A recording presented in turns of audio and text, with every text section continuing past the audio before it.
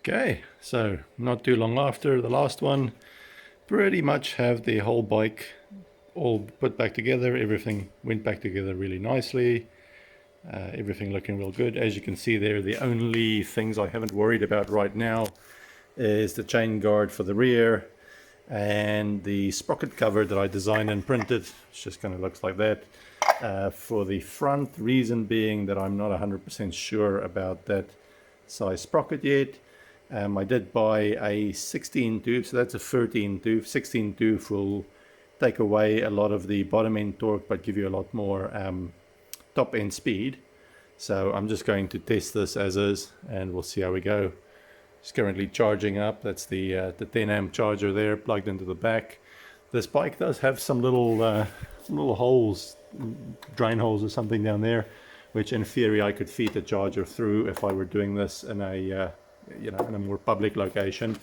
And then I have just put a loop in the cable that I can loop around these little metal things so that you can't actually pull on the charger cable when it's plugged in. But for in the house, that obviously doesn't matter. And I think what I actually will do is you can buy about, I think, a 3 amp or so charger which will actually fit in this back box.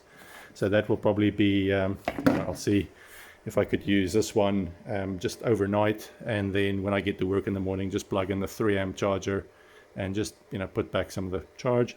Before I go for a test ride, I will remember to do that nut up again. I wanted to see if I could find some spring washers to put onto the motor as well, just to make sure it never vibrates loose. But yeah, pretty much done and dusted. We can see there currently charging at 10 amps, so that's working quite nicely. And I think, if I'm not mistaken, if I turn that on, hopefully you will see that the red light does not go on and the bike will not ride because you currently have the charger plugged in. So that works as expected. Cool. So like that. Yes, everything looking pretty good. Time for a decent test ride, I think.